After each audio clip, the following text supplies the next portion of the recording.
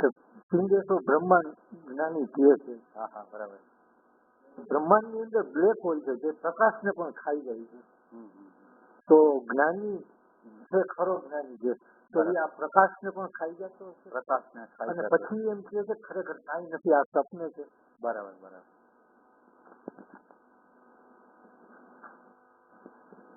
એટલે પેલા પ્રથમ આપણે એમ કહીશું કે તમે જે વસ્તુની વાત કરો છો એ એક આ સ્થૂલ વ્યવહારિક આકાશ છે, અને આ વ્યવહારિક આકાશની અંદર તમે જે કહો છો કે શું કહેવાય આપણા બ્લેક હોલ, એ આ વ્યવહારિક આકાશની અંદર.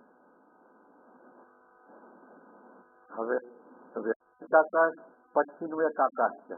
એટલે આ વ્યવહારના આકાશ અંદર આ બધા સૂર્ય ચંદ્ર તારા અને આપણે નામરૂપ વાળા પદાર્થો જે છે એ નામરૂપ વાળા પદાર્થો જે છે.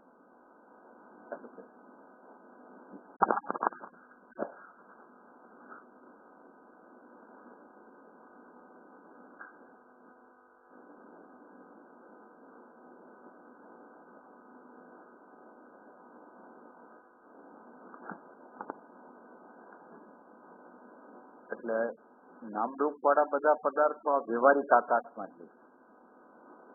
વ્યવહારિક આકાશ છે એ ક્યાં રહે છે? આ વ્યવહારનું આકાશ છે એ કઈ જગ્યાએ છે? અને આ વ્યવહારિક આકાશ છે એની અંદર તમે જે કહો છો કે બ્લેક હોલ કે જે કહો છો એ વ્યવહારિક આકાશની અંદર છે. હવે વ્યવહારિક આકાશને આપણે હવે વ્યવહારિક આકાશને ઓવરકમ કરીને વ્યવહારિક આકાશ શેમાં રહે છે? વ્યવહારિક આકાશ શેમાં?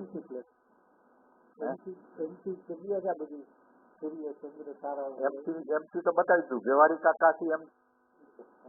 હવે આ એમથી આકાશ છે એ શેમાં કરીએ છીએ? એ શેમાં છે?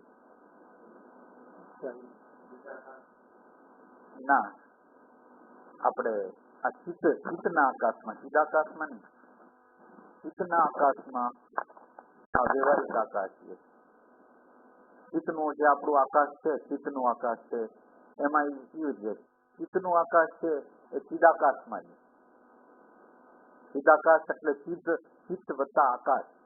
ચિત્ત એટલે જ્ઞાન સ્વભાવ વાળું જે છે, જ્ઞાન સ્વભાવ વાળું જે આકાશ છે એને ચિદાકાશ છે. એટલે હવે તમે જે પ્રશ્ન પૂછો છો એની અંદર એમ પૂછો છો કે એ બધાને ખાઈ નથી ખાઈ જતા. ખાઈ એને જાય છે જેનું અસ્તિત્વ હોય, એનું અસ્તિત્વ હોય એને ખાય.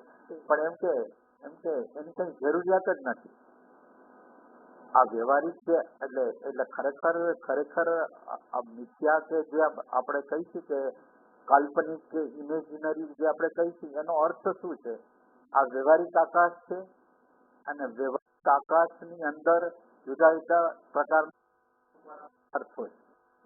એ નામ રૂપ વાળા પદાર્થોને આપણે ધારણ કરી એટલે બહારના જે પદાર્થો છે એની છાપ મારા ચિત્તના આકાશમાં વહી જાય. એટલે હવે મારી જે વસ્તુ છે એ વ્યવહારિક આકાશ સાથે મારે કોઈ સંબંધ નથી. વ્યવહારમાં જે પદાર્થો છે એની સાથે સંબંધ નથી.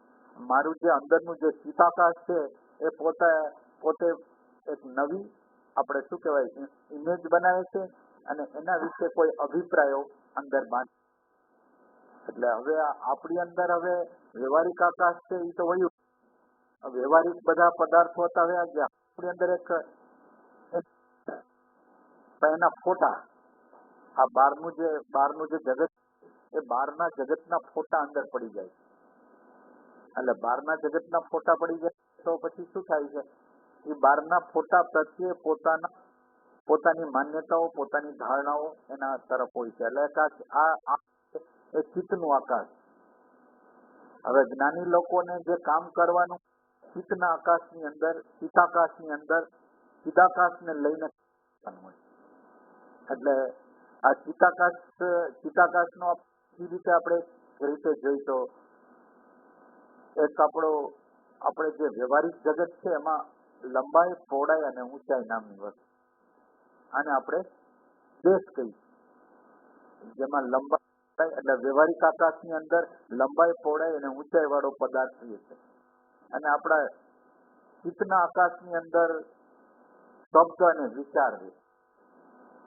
બહારના જગતમાં લંબાઈ પહોળાઈ ઊંચાઈ કરીએ છીએ ને, આપણા જે ચિત્તાકાશ છે એની અંદર શબ્દ અને વિચાર, અને આ શબ્દ અને જે વિચાર છે, એ શબ્દ અને વિચાર આપણને ઇન્દ્રિયો દ્વારા દેખાતા નથી, આ ઇન્દ્રિયો દ્વારા પ્રતીતિમાં નથી આવતા, પણ આપણને આંતરિક રીતે સુખ થાય છે, દુઃખ થાય છે, ગમે છે, નથી ગમતું, એવું જગત ઊભું થાય છે. હવે આની અંદરથી કાળ થાય છે. હવે જે છે એ કાળના ડાયમેન્શન છે.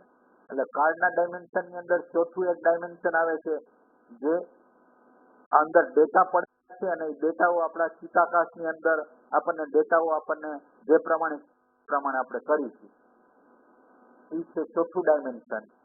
એની અંદર શબ્દ અને વિચાર છે.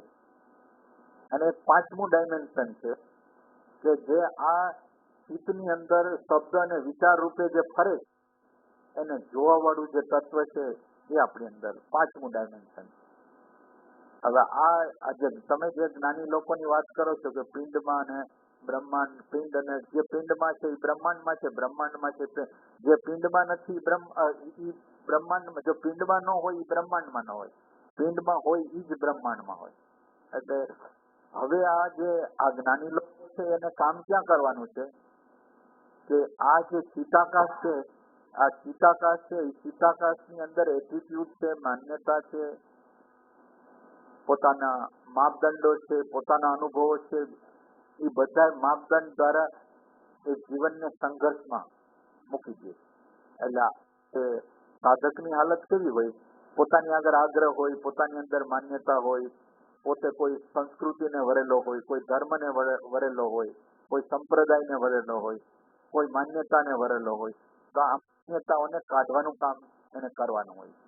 એટલે હવે એ કઈ જગ્યાએ આવે છે જેથી આજે ચિત્તનું જે આકાશ છે, અથવા તો શબ્દ અને વિચાર નામનું જગત છે, અને શબ્દ અને વિચાર અથવા ડેટા નામનું જગત છે, જે આપણને હલાવી રહ્યું. અત્યારે આપણી અંદર નાખવામાં આવેલી છે, એ આપણને અત્યારે હલાવી રહ્યા છે. હવે એ આપણને જે હલાવી રહ્યા છે એને લીધે એની આગળ ફૂટપટ્ટી છે, અને એની ફૂટપટ્ટી પ્રમાણે નથી હોતું, એટલે એને સંઘર્ષ થાય. હું એમ ધારું છું કે આમ હોવું જોઈએ, અને મારા પ્રમાણે હોતું નથી, તો મને સંઘર્ષ થાય. એટલે આ સંઘર્ષને દૂર કરવા માટે સાધક લોકો શું કરે? હવે સાધક લોકો એવું કામ કરે કે આ જે શબ્દ અને વિચાર છે, જે અત્યારે હું રૂપે બની ગયા છે, એટલે જે મને વિચાર, અને માનો કે તમે અપમાન કર્યું, તો અપમાન કર્યું એટલે મારી અંદર તમારી સાથે લડાઈ કરવાનો, ગુસ્સો કરવાનો રિએક્શન આવે છે. એ રિએક્શન છે એ મને અત્યારે હલાવે છે, ડેટા છે એ મને હલાવે છે. હવે જ્ઞાની લોકો જે અંદર કામ કરેલું હોય છે, એ કામ શું કરેલું હોય છે? અંદર જ્ઞાની લોકોએ શું કામ કરેલું હોય છે? તો કે આ શબ્દ અને વિચાર કરતા પોતાનું જે હોવાપણું છે એ કંઈક અલગ છે, અને વિચાર કરતા પોતાનું હોવાપણું છે એ અલગ છે. અને પોતાનું હોવાપણું જે અલગ છે, હવે અલગ છે એટલે શબ્દ અને વિચાર પ્રગટ થાય છે, અને પોતે પાંચમા ડાયમેન્શનની, આ જે શબ્દ અને વિચાર ચોથા ડાયમેન્શનમાં છે, અને પોતે હાયરમાં પાંચમા ડાયમેન્શનમાં, પ્રેઝન્ટ મોમેન્ટમાં, આત્મસ્મરણમાં, સેલ્ફ ઓબ્ઝર્વેશનમાં જો પોતે આવી, તો પછી શબ્દ અને વિચારને જોઈ શકે. કેવું છે કે શબ્દ અને વિચાર એના પોતાના પ્રભાવો, લાખો વર્ષના, કરોડો વર્ષના આપણા ચિત્તની અંદર શબ્દના, વિચારના, એક શબ્દ તમે બોલો એટલે એ શબ્દનો અંદર મિનિંગ, એનો અર્થ ખરાબ, સારું, આ બોલાય, કરાય, ન કરાય, એવા બધા સંસ્કારો છે. એટલે અત્યારે જે કામ કરી રહ્યું છે, અંદરના ડેટાઓ કામ કરી રહ્યા છે, અંદરના વિચાર રહ્યા છે, અને વિચારોનું જે મૂલ્યાંકન છે એ આપણા ચિત્તની અંદર હાવી થઈ જાય છે. અને આપણી અંદર જે જોનાર છે, જે જાણનાર છે, એ અત્યારે આપણી અંદર નથી. એટલે જ્ઞાની લોકોએ શું કર્યું છે? પોતાની અંદર જે જોનાર છે એને પ્રગટ કર્યો છે, પ્રેઝન્ટ મોમેન્ટ દ્વારા, ઓબ્ઝર્વેશન દ્વારા કે આત્મસ્મરણ દ્વારા એને પોતાની અંદર પ્રગટ કર્યો. અને પ્રગટ કરીને એ જે શબ્દ અને વિચાર પ્રગટ થાય છે એને જોવે, જાણે. એટલે શબ્દ અને વિચારને જાણે છે. એટલે હવે શબ્દ અને વિચારે શું કર્યું? આપણે જે વ્યાપક હતા, આખા બ્રહ્માંડમાં ફેલાયા હતા, એને આપણને એક નાના કરી દીધા છે. એક માન્યતા, એક ધારણા, એમાં આપણને સીમિત કરી દીધા છે. એટલે આપણી વ્યાપકતાને ખંડિત કરી નાખી. અને આ વ્યાપકતાને જે ખંડિત કરેલી છે એને જે જોવાની પ્રક્રિયા થાય છે એમાં બીજી બાજુ હવે જોનાર છે એને જેટલું સૂક્ષ્મતા પકડાય એટલું એને સૂક્ષ્મતા જોનારને પકડવાની છે. શબ્દ અને વિચારનો ભાવ એના ઉપર કેટલો આવે. કોઈ આપણને અપમાન કર્યું, તો આ અપમાન કર્યું એ શબ્દ જે આપણી અંદર ગયો અને શબ્દે આપણા ચિત્તતંત્રની અંદર કેટલો પ્રભાવ નાખ્યો, એક વસ્તુ. એની સામે જે આપણી અંદર જોનાર અને જાણનાર કેટલો પ્રગટ રહ્યો. આપણી અંદર જોનાર અને જાણનારને આપણે કેટલો પ્રગટ રાખી શક્યા.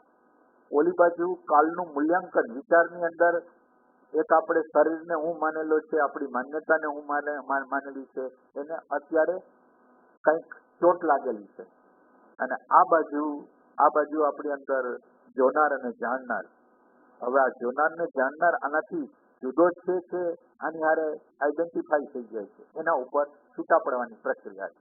હવે દુઃખ લાગશે કે દુઃખ નહીં લાગે એનો આધાર છે આ પ્રકાશ કરનાર જે તત્વ છે એ પ્રકાશ તત્વ કેટલા એટેન્ટિવનેસથી કામ કરે, કેટલા હોવાપણાથી કામ કરે. એટલે હવે જો એ પોતાના હોવાપણાથી કામ કરતો હશે તો હવે જે જ્ઞાની લોકો કામ કરે છે એ શું છે? પેલા વિચારને જોવે છે, પછી જે વિચાર આપણી અંદર છે, માનો કે નેગેટિવ થોટ આવે છે, તો નેગેટિવ થોટ આપણી અંદર એક પ્રકારનો સંઘ, એક પ્રકારની ન ગમે એવી સ્થિતિ પેદા કરે છે અંદર અંતઃકરણની અંદર. હવે વિચારે જે આ વસ્તુ પેદા કરી, વિચાર નોખા થયા, પણ વિચારે જે પ્રભાવ નાખીને અંતઃકરણને બગાડ્યું, અંતઃકરણને નેગેટિવ કર્યું, તો એ નેગેટિવ જે અવસ્થા છે એનાથી આ જે જોનાર છે એ જુદો રહી શકે કે ન રહી શકે?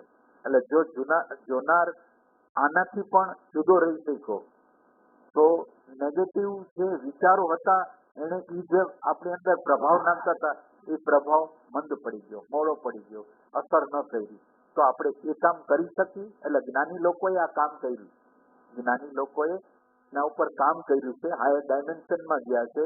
વિચારક છે એને જોયો, જે અભિપ્રાય આપે છે એને જાણ્યો છે, એનાથી જુદો પડ્યો છે.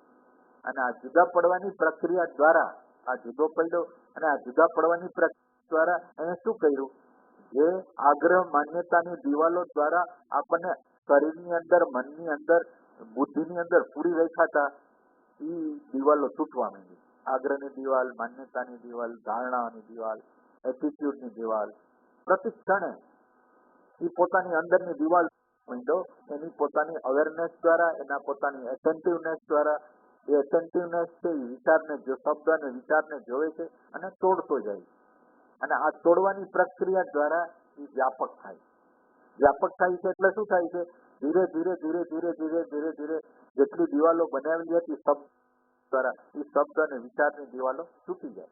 અને શબ્દ અને વિચારની દિવાલો જેવી તૂટી જાય એટલે આ જે શબ્દ અને વિચારની દિવાલો તોડવાનું કરે છે, અવેરનેસ કરે.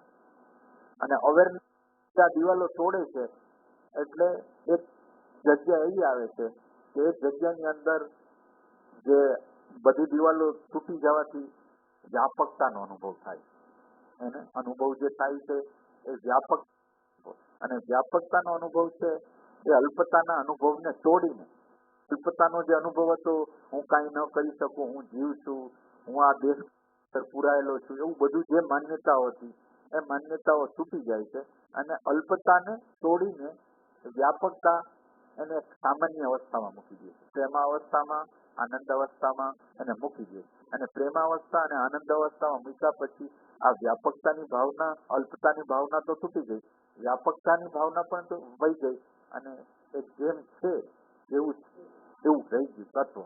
અને એ તત્વને આપણે પ્રેમ કહી, શાંતિ કહી, પ્રજ્ઞા કહી. એ પ્રજ્ઞાનું તત્વ એની અંદર આવી ગયું. હવે આ પ્રજ્ઞાનું તત્વ આની અંદર જો એટલે તમારો પ્રશ્ન બધાને ખાઈ જાય છે, એટલે ખાવાની વસ્તુ આ જે આપણે કોન્શિયસનેસ છે એની અંદર તો કોઈ વસ્તુ જ નથી. દેશ નથી, કાળ નથી, સૂર્ય નથી, ચંદ્ર નથી, તારા. તો હવે કોને છે તો ની અંદર આ જે તત્વ છે એની અંદર કોઈ વસ્તુ જ નથી, તો કોને કોઈને ખાવાની જરૂર? એ વસ્તુ હતી જ નહીં, ખાલી પ્રતીતિમાં આવતી. આપણને ફેક્ચ્યુઅલ જગત દ્વારા મેન્ટલ જગતમાં એની પ્રતીતિ જે આવતી હતી એ આ કોન્સેપ્ટ ભાન તત્વની અંદર આપણી અંદરનું જે ચેતન તત્વ છે એની અંદર. તો હવે એને ખાવાની કઈ જરૂર નથી. જે હતું જ નહીં એને ખાય કોણ? જો સમજાણું ન હોય તો હજી વાત કરતું હોય.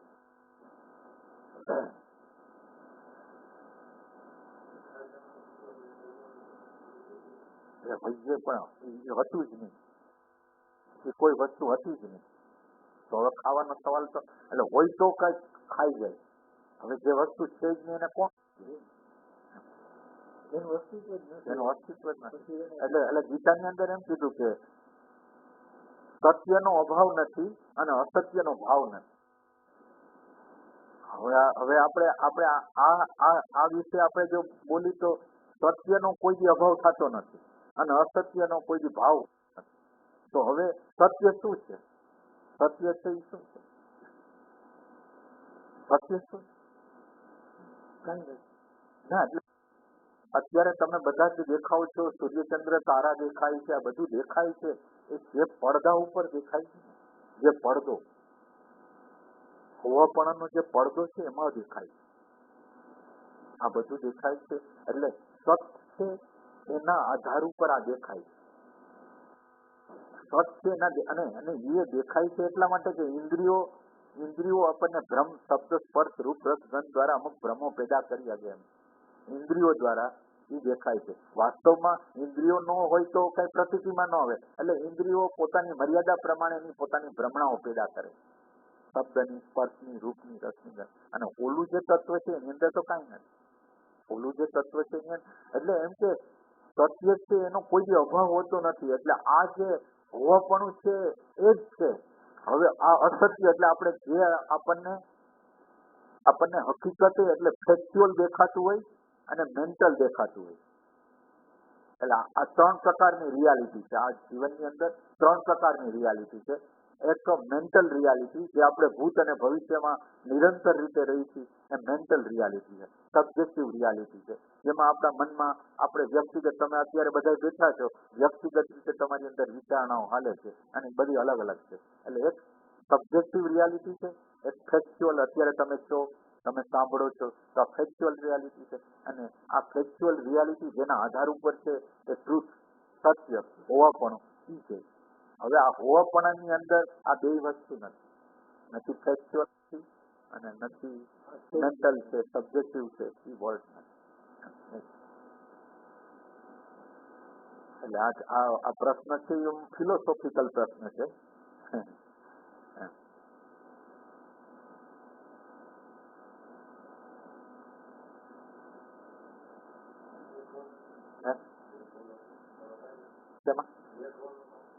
એટલે બ્લેક હોલ એટલે જેમ બ્લેક હોલ એટલે બ્લેક હોલ ની અંદર એમ કહેવામાં આવે છે કે એની અંદર ગમે એ વસ્તુ અંદર જાય બધી સ્વાહા થઈ જાય અંદર. એવો બ્લેક હોલ આ લોકોએ ગોઈતો છે, વૈજ્ઞાનિક લોકોએ. હવે એવો બ્લેક હોલ ને આ ખાઈ જાય છે કે નહીં એમ પ્રશ્ન એનો હતો.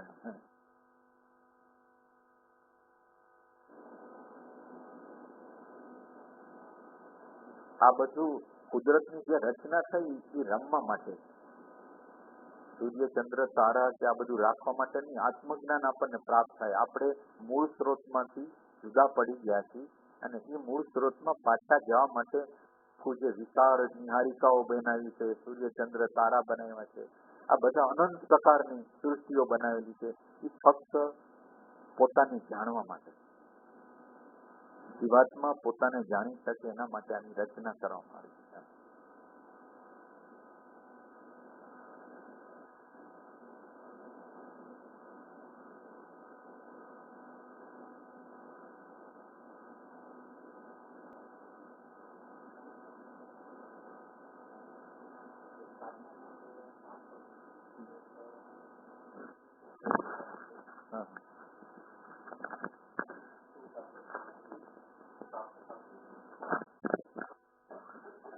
લાગે કે આપણે ઘણું બધું હારી ગયા. બરાબર.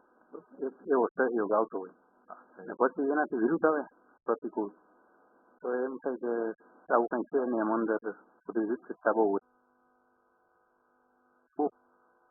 અઠવાડિયા 2 અઠવાડિયા હોય. બરાબર. ઓલો મહિનાઓ સુધી હોય. બરાબર. બરાબર. એટલે એ વાત સાચી.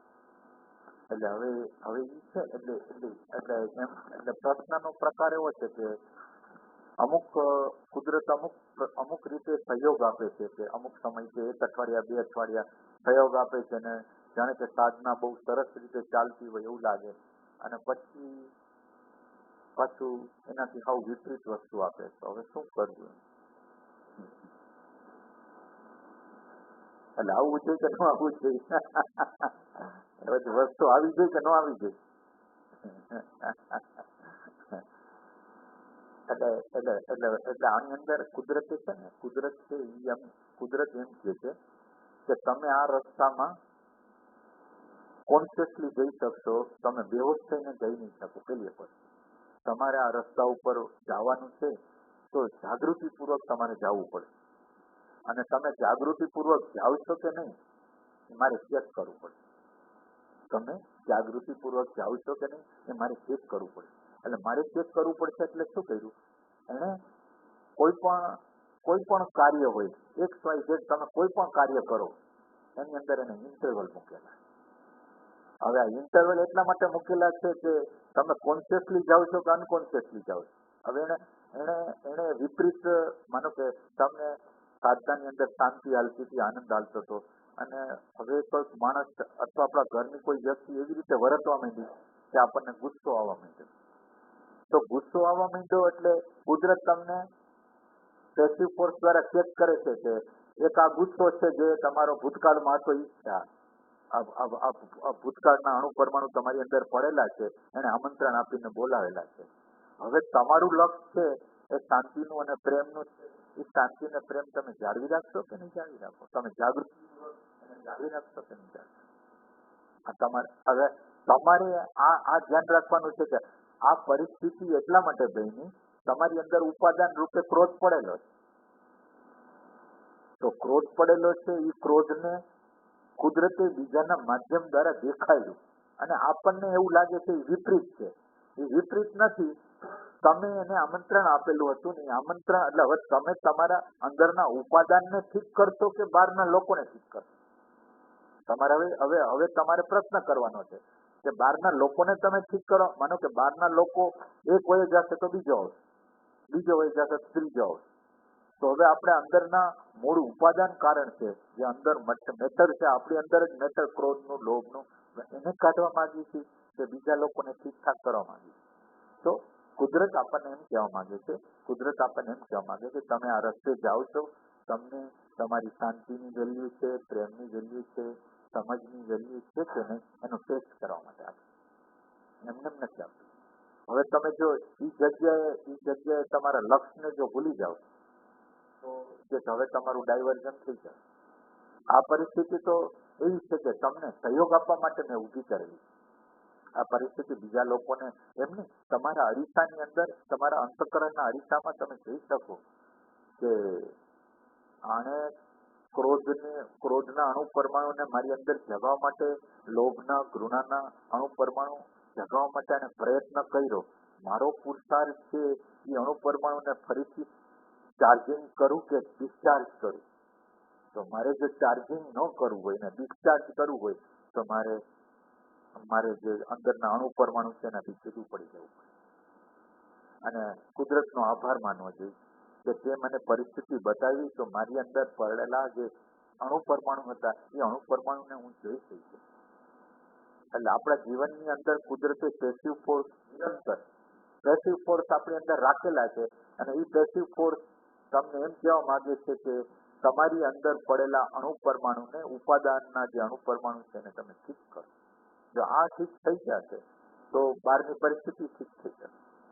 એટલે હવે આપણે જે અનુકૂળ પરિસ્થિતિ આપણને આવી છે એ અનુકૂળ પરિસ્થિતિમાં તો સંપૂર્ણ રીતે એનો ઉપયોગ કરી લેવાનો, અંતર્મુખ થવામાં, આપણી અંદર જે જાણનાર છે એની હારે કનેક્શન કરવામાં, પ્રેઝન્ટ મોમેન્ટ રહેવામાં. તમને જે અનુકૂળ સમય મળ્યો છે એ આના માટે મળ્યો છે.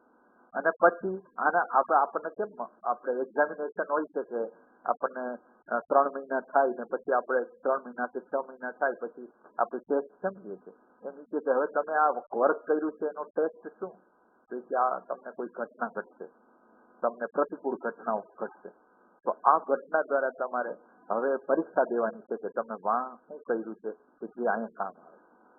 એટલે આપણે એવું કંઈ કામ કરીશું કે જે એટલે માનો કે તમે આંખ વીંચતા હો, ધ્યાન કરતા હો, ધૂન બોલાવતા હો, પણ તમારે એમ પ્રશ્ન પૂછવાની તો જરૂર છે કે આ ધ્યાન, આ ધૂન, આ જે કાંઈ ક્રિયાકાંડ ઓલું જયારે પ્રતિકૂળ વાતાવરણ આવશે ત્યારે કામ આપી શકશે કે નહીં. તમે આ શું કામ એને કરો છો, આ ધ્યાન ભજન શું કામ એને કરો છો?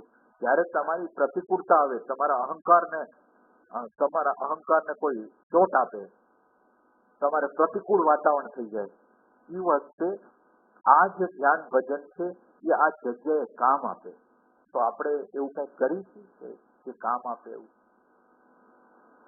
એટલે આ કુદરતે રાખેલું જ છે. તમે એક સમજી લો, આ પ્રતિકૂળતા તો આવવાની જ છે.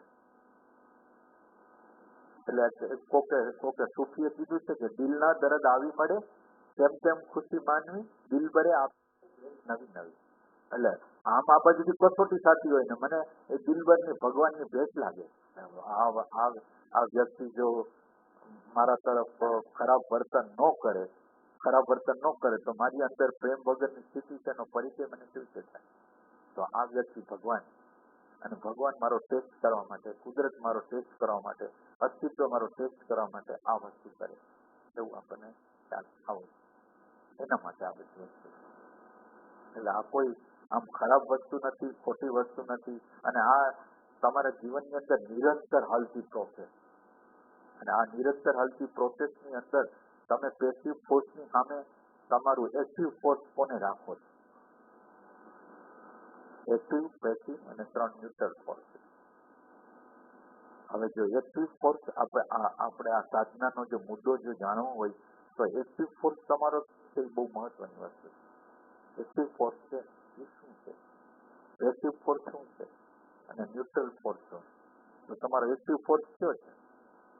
તો માનો કે આ ત્રણની રમત છે, અને આ 3ની રમત દ્વારા જ આપણે આપણી અંદરના જે આગ્રહ માન્યતાને તોડશું. તો આપણી અંદર એક્ટિવ ફોર્સ જો પર્સનાલિટી હશે, પેસિવ ફોર્સ એસેન્સ હશે, અને ન્યુટ્રલ ફોર્સ છે આપણું ઈગો હશે, અહંકાર હશે, તો આપણે કામ નહીં કરીએ. પણ આપણી અંદર એક્ટિવ ફોર્સ છે એ એસેન્સ હશે. એસેન્સ એટલે શાંતિ, પ્રેમ, આનંદ, સમજ, પ્રેઝન્ટ મોમેન્ટ. આ આપણું એક્ટિવ ફોર્સ હોય. પેસિવ ફોર્સ છે એ પર્સનાલિટી, અને ન્યુટ્રલ ફોર્સ છે એ ઇન્ફ્લુઅન્સ છે. એટલે તમને કોઈ જાગૃત વ્યક્તિ, જાગૃત લોકો એ તમને જે નકશો આપે એ નકશા પ્રમાણે હવે તમે બરાબર રીતે હવે જોઈ લો કે તમને એક્ટિવ ફોર્સમાં તમે શું રાખો છો, પેસિવ ફોર્સમાં શું રાખો. સમજે?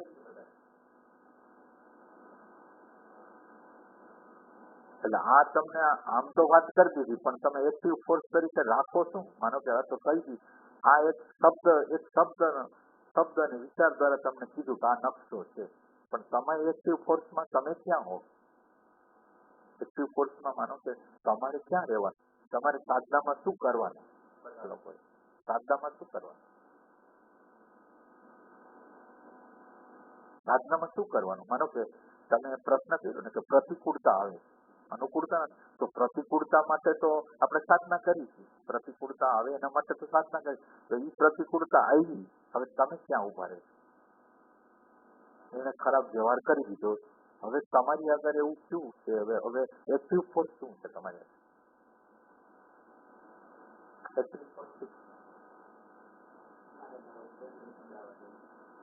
એટલે હવે જે અણુ પરમાણુ આપણા ઉપર હાવી થાય છે એ અણુ પરમાણુ હાવી ન થાય એના માટે જોનાર જાણનારને દાખલ કરવો પડે અને એને એક્ટિવ કરવો પડે. જોનાર જાણનારને એક્ટિવ કરવો પડે.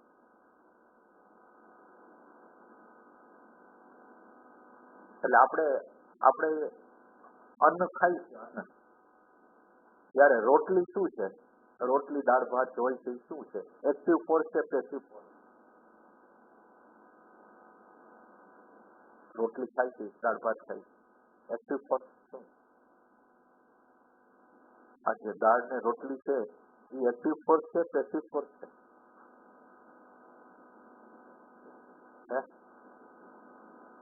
એક્ટિવ છે કયો ફોર્સ? કયો ફોર્સ?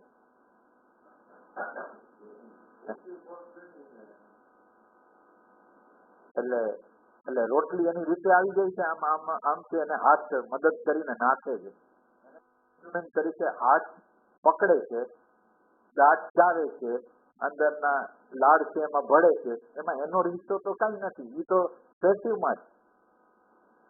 જે વસ્તુ પેસિવ હશે ને, એક વસ્તુ યાદ રાખો, આ સાધનાનો સિદ્ધાંત છે.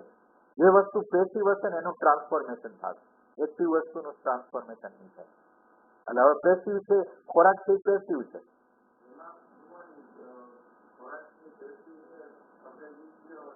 હા ભલે ભલે.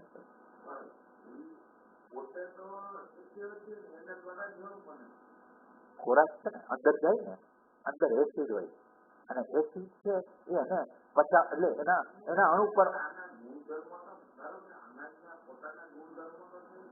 એ અનાજના ગુણધર્મો કેટલા પ્રકારના છે એ ઓલું જે એક્ટિવ ફોર્સ છે ને એ એના ગુણધર્મો કઢાવશે. આ તો પેસિવ છે, આ તો જડ છે.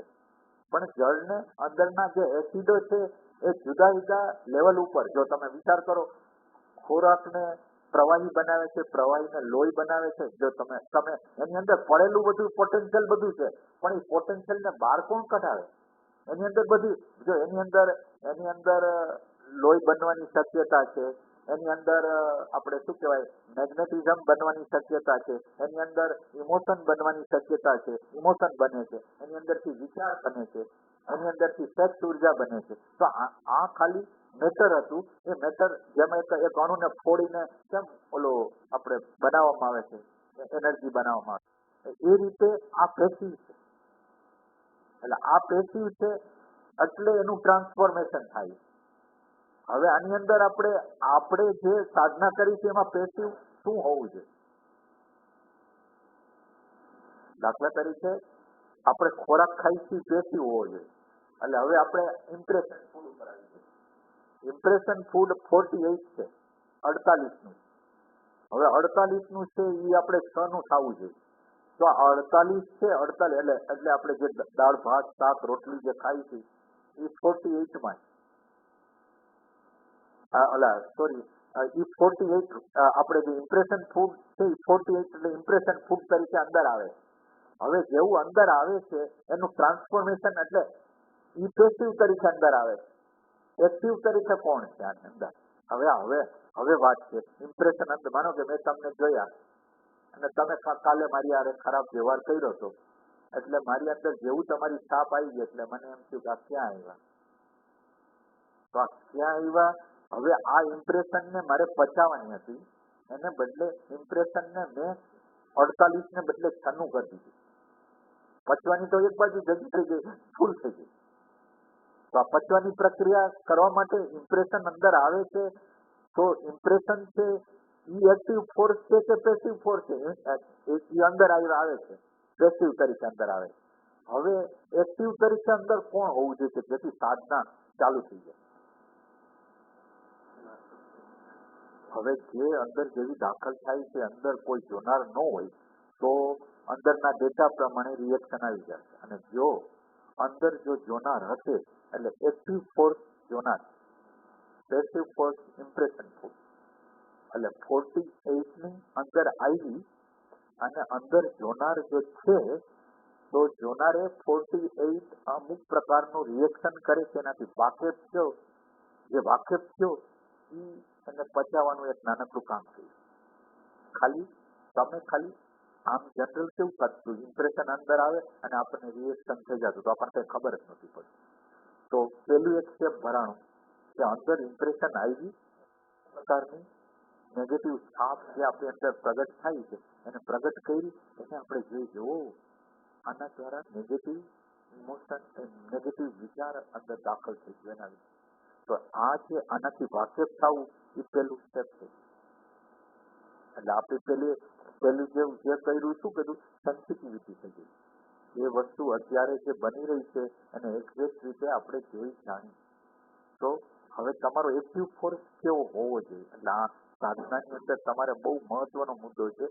તમારો એક્ટિવ ફોર્સ સાચો નહીં હોય તો પછી તમારી યાત્રા તમે કર્યા રાખશો, મન બુદ્ધિ દ્વારા તમે ટ્રાય કર્યા રાખશો, આંખ વીંચી રાખશો, કોઈ મંત્ર બોલશો, કોઈ પ્રકારનું ધ્યાન કરશો, પણ તમે જે લેવલ ઉપર જે ડાયમેન્શનમાં છો એ ડાયમેન્શન મન બુદ્ધિનું ડાયમેન્શન.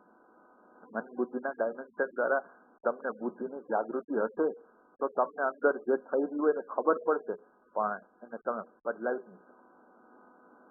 એટલે હવે તમારી આગળ સાધના કરવા માટેનું કયું મટીરિયલ છે એ તમારે પ્રશ્ન કરવાનો. સાધના માટેનું કયું મટીરિયલ છે આપણી અંદર?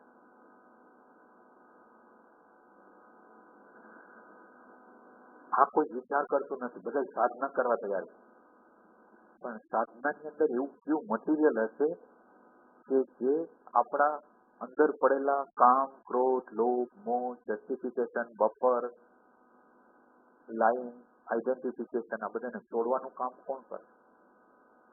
આ બધાને ટ્રાન્સફોર્મ કરવાનું કામ કોણ કરશે? એ આપણે અંદર વિચારવાની છે. શું કરશો સાધનામાં? શું કરશો? તમે જે જગ્યાએ ઉભા હોય એ જગ્યાએથી વાત કરશો ને તો રસ્તો નીકળી જાય. તમે માનો કે એ પ્રસંગ તમારે પ્રતિકૂળતાનો તમે જે પ્રશ્ન કર્યો એ પ્રમાણે પ્રસંગ બન્યો, તમારે ક્યાં ઉભા રહેવાનું? હવે માનો કે જે તમને ગમે નહીં એવું વાતાવરણ પેદા થઈ ગયું, તમે કીધું એ પ્રમાણે બીજી રીતે કર્યું, તો હવે તમારે અંદર શું કરવાનું? તમે અંદર શું કરશો? એ વખતે તમે શું કરો છો? વાક્ય તો શું? ના, એટલે તમે અત્યારે શું કરો છો? માનો કે આપણે આ સાધનામાં અત્યારે ભલે અત્યારે તમને આ નકશો બતાવ્યો છે, પણ તમે શું કરતા હોય?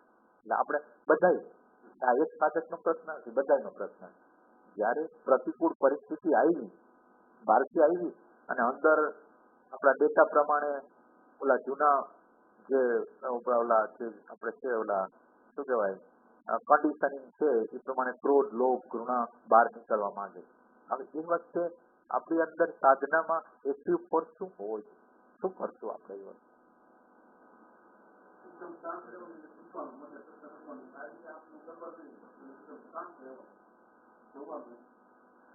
એટલે તમારું શાંત જોવાનું છે બને છે ક્યાંથી? એટલે આ ના બરાબર શાંતિથી, સત્તર શાંતિથી આ તમારું જે જોવાનું જે તમે અત્યારે તમે જે શાંતિ કહો છો એ શાંતિનું જોવાનું બને છે ક્યાંથી?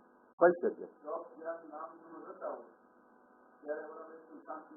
ભલે શાંતિ. હવે શાંતિ તે ક્યાંથી જોયું? શાંતિ તો છે, હવે જોયું ક્યાંથી? હા એમને એટલે પ્રશ્ન એ છે કે જોયું ક્યાંથી? માનો કે ભલે શાંત રહ્યા, તમે જોયું ક્યાંથી? હા એટલે વિચારનો એક ભાગ હતો એના દ્વારા જ જોયું. એટલે આપણને એમ થયું કે એટલે આપણે ટ્રાય એવી કરી, આપણે આપણને સાફ કરવાને બદલે એને બરાબર આપણું ધ્યાન આપણને સાફ કરવા ઉપર નથી, ઓણાએ બરાબર વ્યવહાર નથી કર્યો એના ઉપર આખું ફોકસ છે. અને આમ ન કરવું જોઈએ તમે આવે છે. આપણે પ્રશ્ન આવો કર્યો, કેવો પ્રશ્ન કર્યો કે આવો હવે કુદરતે અસ્તિત્વ એટલા માટે આપ્યું હતું કે તમારી અંદર ક્રોધ, લોભ, ઘૃણા પડેલી છે એના અણુ પરમાણુ તમને બતાવાતા અને તમને એમ કેવું હતું કે આના ઉપર તમે કામ કરી શકશો અત્યારે? કે આપણને એમ પૂછે કે અત્યારે એને બરાબર વ્યવહાર નથી કર્યો, પણ તમે એને જવાબદાર ગણશો કે તમને જવાબદાર ગણશો? તમે કોને કરશો જવાબદાર? કોને?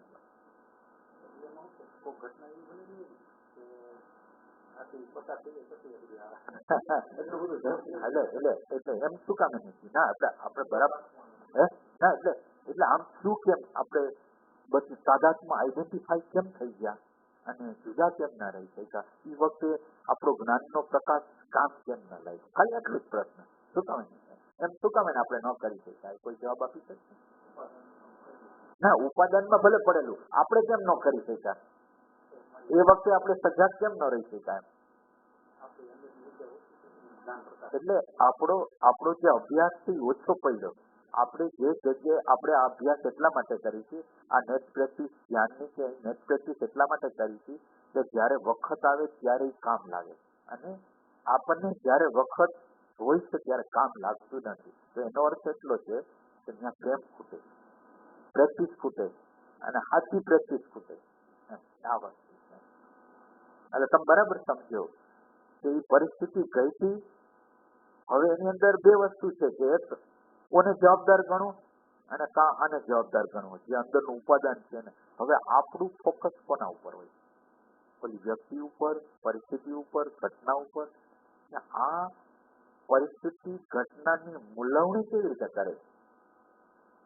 એક જ ઘટના ઘટી હોય અને બે જણા મૂલવણી અલગ અલગ કરતા હોય, તો એનો અર્થ એમ છે કે મૂલવણી કરનાર એનું મૂલ્યાંકન ક્યાંક ખોટું.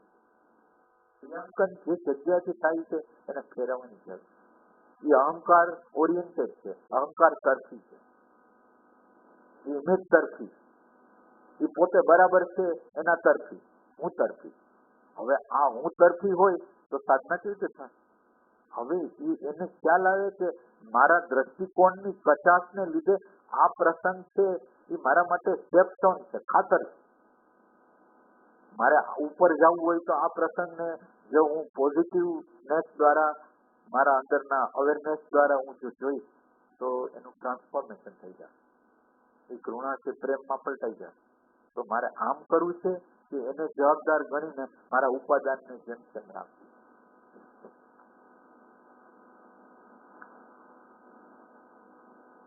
આપણે જે કરીશું, પ્રસંગ બને છે ત્યારે કેવી રીતે કામ કરીશું, બહુ મહત્વનો મુદ્દો છે.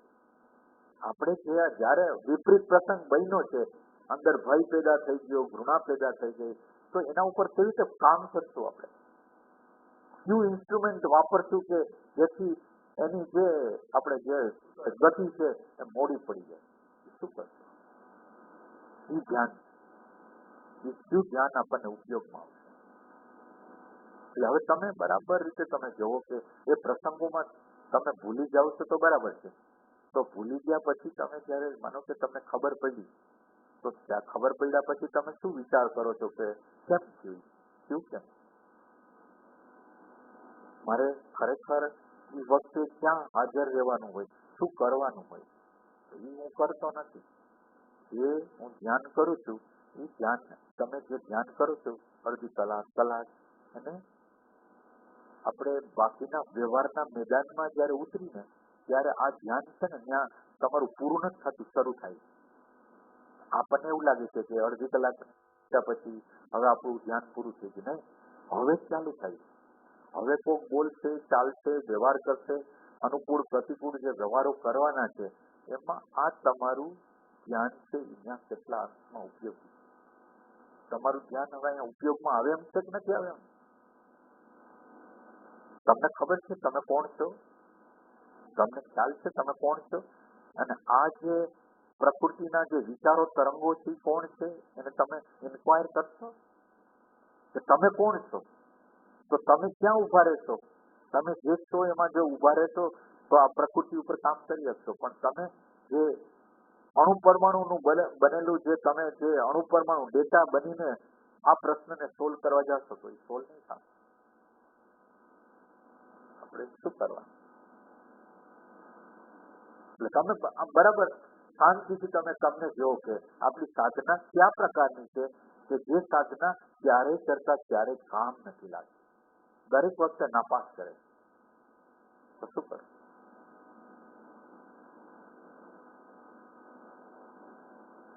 પ્રેમ છે ને, અંદરનો પ્રેમ ગોતવા માટેનો પ્રેમ છે કે ક્યાં ખામી છે, ક્યાં કચાશ છે.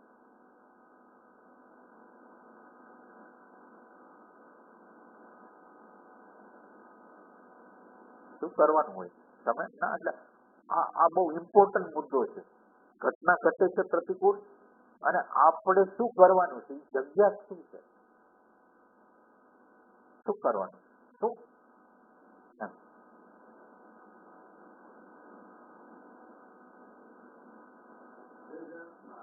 એટલે આ અણુ પરમાણુ જે પ્રતિકૂળતાના અણુ પરમાણુ આવ્યા છે અને અંદર એક અણુ પરમાણુ પડેલા છે ક્રોધના, વિકારના. હવે આ અણુ પરમાણુ જે અણુ પરમાણુ બહાર અંદરથી કાઢશું તો એ અણુ પરમાણુ વધશે અને એનો ટ્રેક મજબૂત થશે. માનો કે હું રિએક્શન કરું છું, ક્રોસ કરી લઉં છું, તો આ ટ્રેક મજબૂત થયો, તો આ તો સાયકલ મજબૂત થતી જાય, તો મારે શું કરવું? એટલે આમ એવું છે કે અંદરથી કે આ જે ઘટના બની છે આમ મારા કારણે અંદરથી છે પણ તમારા કારણે થયું હોય એ બરાબર, પણ તમારું કારણ હવે તમે માનો કે એ માનસિક રીતે સ્વીકાર કરી લીધો, અને એ માનસિક સ્વીકાર એટલે અન્ડરસ્ટેન્ડિંગ નથી, ખાલી માનસિક સ્વીકાર કર્યો કે મારો ફોલ્ટ છે, અને તમે તમારી નજરમાં ઊંચા થઈ ગયા. પણ હવે પછી શું? માનો કે આ થઈ ગયું, પછી હવે પાછું એ ચક્કર આવશે. જયારે ભૂલ થશે ત્યારે પછી હું કહીશ કે હું જવાબદાર, તો હું જવાબદાર છું, તો મારી જવાબદારી નથી કે આ અણુ પરમાણુ જ્યારે આગળ આવે ત્યારે એને આમ થોડાક મંદ પાડી દઉં, એવું શું કરું? મારી અંદર એવો પ્રેમ કેવી રીતે પ્રગટ થાય કે આ અણુ પરમાણુ ઉપર યોગ્ય રીતે એનું ટ્રાન્સફોર્મેશન છે એવું કંઈક કરી શકું, એવું શું કરી શકું?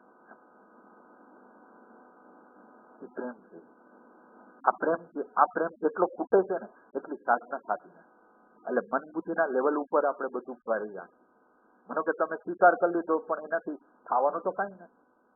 બીજી વાર રિપીટ, ત્રીજી વાર રિપીટ, ચોથી વાર રિપીટ, પાંચમી વાર રિપીટ, અને 1000 અને લાખ વખત રિપીટ થાય, અને છતાંય પાછું સાધનાનો પ્રકાર આપણો આમને આમ રહીએ. ના, તમે બરાબર સમજો, સાધના આપણે જે કરી છે એમ અકબંધ રાખી. આપણે કોઈ ધંધો કરી છે અને એની અંદર આપણને નફો નથી થતો, નુકસાન જાય છે, તો એ નુકસાન જાય છે તો આપણે ધંધા બદલાવી નાખીએ, ત્યાં ન કરાય. તો આ આપણે સાધના કેમ બદલાવતા નથી?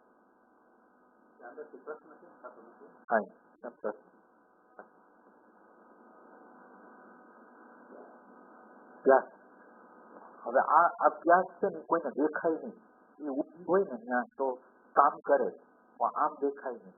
અને આ વસ્તુ બતાવી નથી અગાતી. આ કોઈ કરતું હોય તો થઈ જાય, અને ન કરતું હોય તો થાય નહીં. બસ એટલી જ.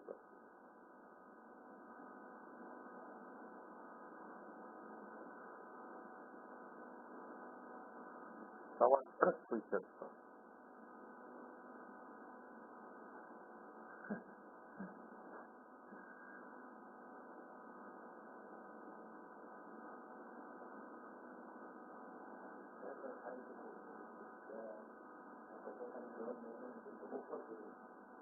ના, એટલે એ આપણી જાતમાં ઊંચા ચડી જાય, ચાલો આપણી જવાબદારી લીધી, પણ એમને એ આત્મસંતોષ ખોટો લીધો, હવે કઈ કામ તો થતું નથી.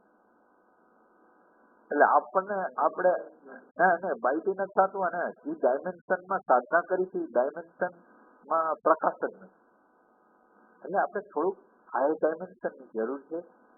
હાયર ડાયમેન્શન અને લોઅર ડાયમેન્શન વચ્ચેના ફરક જરૂર. આપણે તો લોઅર ને હાયર ડાયમેન્શન કોને કહેવાય એ ખબર નથી. હા, પ્રેઝન્ટ મોમેન્ટમાં રહેવાની ટ્રાય કરી છે, પણ એ પ્રેઝન્ટ મોમેન્ટને અને બેહોશીને કોઈ બી તપાસી નથી કે બેહોશીની અંદર શું હોય છે. મારે બે તપાસવું છે. બેહોશ હોઉં છું ત્યારે શું છે, અને જ્યારે મારી અંદર પ્રેઝન્ટ મોમેન્ટ હોય છે ત્યારે મારી અંદર શું હોય છે. ખાલી આ એક્ઝેક્ટ ડાયમેન્શન એટલે શું? તમે એક ડાયમેન્શન લોઅર ડાયમેન્શનમાં છો તો તમારી અંદર પ્રકાશ નથી, અને તમે એક હાયર પ્રકારના ડાયમેન્શનમાં જાઓ છો તો તમારી અંદર એક પ્રકાશનું કિરણ આવે. પહેલા જે ખબર ન પડતી એ ખબર અત્યારે પડવા માંડે. તો હાયર ડાયમેન્શન છે. આ સિમ્પલ વસ્તુ છે, પણ આને કોઈ ગોતતું નથી કે હાયર ડાયમેન્શન કહેવાય કોને, હાયર ડાયમેન્શન છે શું? વિચારથી તો જુદું પડી ગયું, હવે શેનાથી જુદું નથી પડતું? વિચાર દેખાઈ ગયો તો કોણ વસ્તુ છે કે એનાથી હજી જુદા પડવાનું છે? એટલે વિચારનો આખો વિભાગ છે ને, વિચારના વિભાગ જે 3 વિભાગ છે, સ્થૂળ, સૂક્ષ્મ, કારણ. એટલે વિચાર, પછી સબકોન્શિયસ માઇન્ડ અને અનકોન્શિયસ માઇન્ડ, અથવા તો ઇમેજ. આ 3 વસ્તુ શબ્દ અને વિચાર રૂપે આપણી અંદર પ્રગટ થાય છે, અને આપણે શબ્દ અને વિચારથી દૂરના પ્રદેશમાં જવું છે. શબ્દ અને વિચારના, એટલે શબ્દ વિચાર એની જગ્યાએ ભલે ગયા, એને આપણે કઈ અડવું નથી, પણ શબ્દ અને વિચાર જે જગ્યાએ ઉપસ્થિત થાય છે એના કરતા થોડું ડિસ્ટન્સ કરીને એ શબ્દ અને વિચારને જોવા છે, એને દર્શન કહેવાય. જેમાં ડાયરેક્ટ રીતે કોન્શિયસનેસ છે એ જે કારણ શરીર છે એને ટચ કરે, કારણ શરીરને ડાયરેક્ટ રીતે એન્કાઉન્ટર કરે છે, એની સામે ડાયરેક્ટ રીતે જોવે, એ જગ્યાએ જવું. અને આપણે આ કરતા નથી.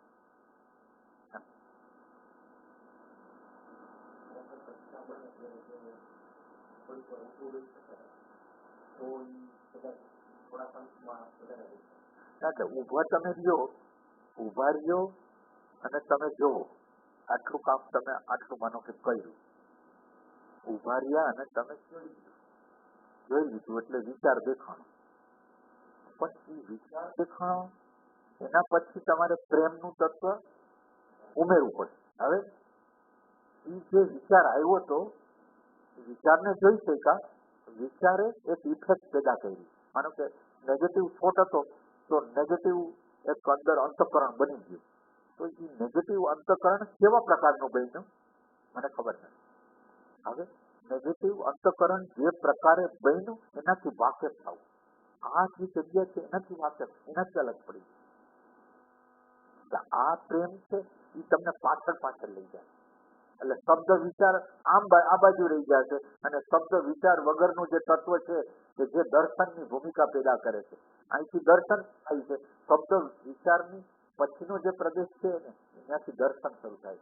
ત્યાં જે ડિવાઇન તત્વ છે એ જોવે, દિવ્ય તત્વ છે એ ડાયરેક્ટ રીતે પ્રકૃતિને કોઈ પણ પ્રકારના પ્રોજેક્શન વગર, એટલે પ્રોજેક્શન આપણી અંદર કરવા માંગે છે, શબ્દ અને વિચાર દ્વારા પ્રોજેક્શનો થાય છે, પણ એ પ્રોજેક્શનો જે થાય છે એનાથી હું અલગ પડી જાઉં. આ કરી નથી શકતા. આ ડાયમેન્શનો છે જુદા જુદા, અને આ જુદા જુદા ડાયમેન્શનમાં જ્યાં લગીને આપણે પ્રવેશ ન કરી ત્યાં લગી ત્યાં છે આપણે અંદરના કોન્શિયસનેસની સામે જોતા જ નથી. આપણી અંદરનું જે ચેતન તત્વ છે, આપણે પ્રેઝન્ટ મોમેન્ટ કરીશું, પણ પ્રેઝન્ટ મોમેન્ટ રાખવાનું કારણ મથી છે. આપણે પ્રેઝન્ટ મોમેન્ટમાં રહેવા શું કારણે માંગી? પ્રેઝન્ટ મોમેન્ટ એવો દ્વાર છે કે જે આપણને આ જે કોન્શિયસનેસ છે ને ટચ કરવાનો. તો મારું અંદરનું લક્ષ્ય એવું છે, મારે આત્મતત્વને સ્પર્શ કરવો છે, મારે આત્મતત્વ સાથે અનુસંધાન કરવું, મારે આત્મતત્વનો સાક્ષાત્કાર કરવો છે. હવે હું આ આત્મતત્વને તો હાવ ભૂલી જાઉં છું અને હું પ્રેઝન્ટ મોમેન્ટ કર્યા રાખું છું. અને એ પ્રેઝન્ટ મોમેન્ટની અંદર ખાલી વિચાર જ દેખાય. વિચાર કઈ દેખાતો નથી, ઇમેજ દેખાતો નથી, અજ્ઞાની દેખાતું નથી, કઈ દેખાતું નથી.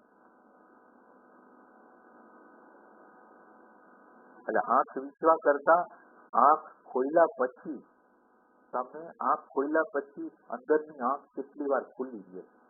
માનો કે ઘટના ઘટી અને મારી અંદર કોઈ પ્રકારનું રિએક્શન આવ્યું, ખુલ્લી આંખ છે અને મને અંદર ખબર પડે છે કે અત્યારે આ વ્યક્તિ આમ બોલ્યું એટલે મારી અંદર આ પ્રકારનું રિએક્શન થઈ ગયું.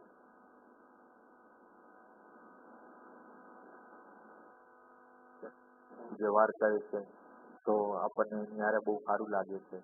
માનો કે પ્રતિકૂળ વ્યવહાર કર્યો, તમે બરાબર છે, પ્રતિકૂળ જેવો વ્યવહાર કર્યો, અંદરનો પ્રેમ મુકાઈ જાય અને કોઈ ભાવ એના પ્રત્યેનો ભાવ જતો, આપણા પ્રત્યે પ્રતિકૂળ જે ત્યાં એના પ્રત્યેનો ભાવ જતો રહ્યો. તો એ ભાવ જે જતો રહ્યો, આ ભાવ જતો રહ્યો, હવે એ ભાવ જતો રહ્યો એનો સાક્ષાત્કાર મને થાય કે આ જગ્યા એવી છે, અહીંયા ભાવ જતો રહ્યો છે અને મારે ભાવને ચાલુ રાખવું જોઈએ, મારે આ પ્રેમ તત્વને જીવંત રાખવું જોઈએ. તો અહીં આ મારું એક લિમિટ આવે છે કે ત્યાંથી મારો ભાવ બંધ થઈ જાય છે બીજા માટે. બીજા માટેનો ભાવ જે બંધ થઈ ગયો, તમે તમારા ભાવનું દ્વાર બંધ કરો અને તમને ખબર જ નથી પડતી કે ભાવના દ્વારો બંધ થતા જાય અને બંધ થતા જાય છે. ત્યાં લગીની બે જાગૃતિ છે. હવે મને આ જગ્યાએ મારી જાગૃતિ હોય તો મને એમ થાય કે મેં એક લિમિટ બનાવેલી છે કે મને અમુક પ્રકારે પ્રતિકૂળ થાય એટલે મારો પ્રેમ છે એ બંધ થઈ જાય, મારો અંદરનો પ્રેમ બંધ થઈ. હવે એ પ્રેમ જે જગ્યાએ બંધ થયો ને એ જગ્યાએ પાછળ મારે ચાલુ કરવો. જો તમે સજાગ હો તો તમને ખબર પડે કે કઈ જગ્યાએ બળ આપવાની જરૂર. નેગેટિવ સાઈડ ઉપર બળ નથી આપવું. આપણે એ ના પાડે છે કે હવે તું ભાવ વ્યક્ત કરમાં એના વિરુદ્ધ કંઈક કર, એને કંઈક જવાબ આપી દે, એને કંઈક ખબર પડે કંઈક કરી દે, એવું કંઈક કરવું નથી. આપણે એને પ્રેમ રાખવો છે, એના પ્રત્યે ખાલી ભાવના રાખવી છે, એનું કલ્યાણ કેમ થાય એ કરવું. તો એક જગ્યા આવે છે ત્યાં સ્ટેગનન્ટ થઈ જાય અને એ જગ્યાને આપણને ખબર પડે છે કે આ જગ્યાએ સ્ટેગનન્ટ થઈ જાય, આ જગ્યાથી હાલતું નથી, હવે આગળ ભાવ હાલતો જ નથી, ભાવ મરી ગયો. આ જગ્યાએ આપણી સજાગતા, આપણી જાગૃતિ, આપણો પ્રેમ હોવો જોઈએ. હવે હવે આ જગ્યા એવી છે કે જો આ જગ્યાએ હું પ્રેમ બતાવી દઈશ તો મારો રસ્તો આગળ જવાનો. આ જગ્યા છે. એટલે આ બધી સજાગતાની જરૂર, ભાવની જરૂર. આપણી અમુક લિમિટ આવી જાય. અમુક લગીન આપણે બધાની જુદી જુદી કેપેસિટી હોય. અમુકને અમુક લેવલે લગીન કરે તો સીધે નાનકડું લેવલે થાય ત્યાં કોકને બહુ વધારે ખોટું લાગી જાય, કોકને બહુ મોટું થતું હોય તો થોડુંક ઓછું લાગતું હોય. બધાએ પોતાની કેપેસિટી નક્કી થઈ જાય, પણ એક કેપેસિટી આવે ત્યાંથી પ્રેમ બંધ થઈ જાય. અને લગભગ આપણા બધા લોકો છે એના પ્રેમ બંધ થઈ ગયા. ભલે જીવન ગૃહસ્થ જીવન જીવી છે, છોકરાઓ છે, મા બાપ છે, પતિ છે, પત્ની છે, પણ અંદર એક અવરોધ આવી ગયો. ભલે આપણે બોલતા નથી, આપણે વ્યવહારની રીતે જે વ્યવહારો થતા હોય, પણ અંદર એક દમ, અંદર એક અંતર, અને એ અંતરને આપણે અવગણના કરીને કોઈ દી જોતા નથી કે આ અંતર કેટલું બધું પડી ગયું. હવે એ અંતરને જોઈ તો એનો પ્રશ્ન સોલ્વ કરવો પડે. આપણે સોલ્વ કરવા ગયા એ અત્યારની હાલત આવે.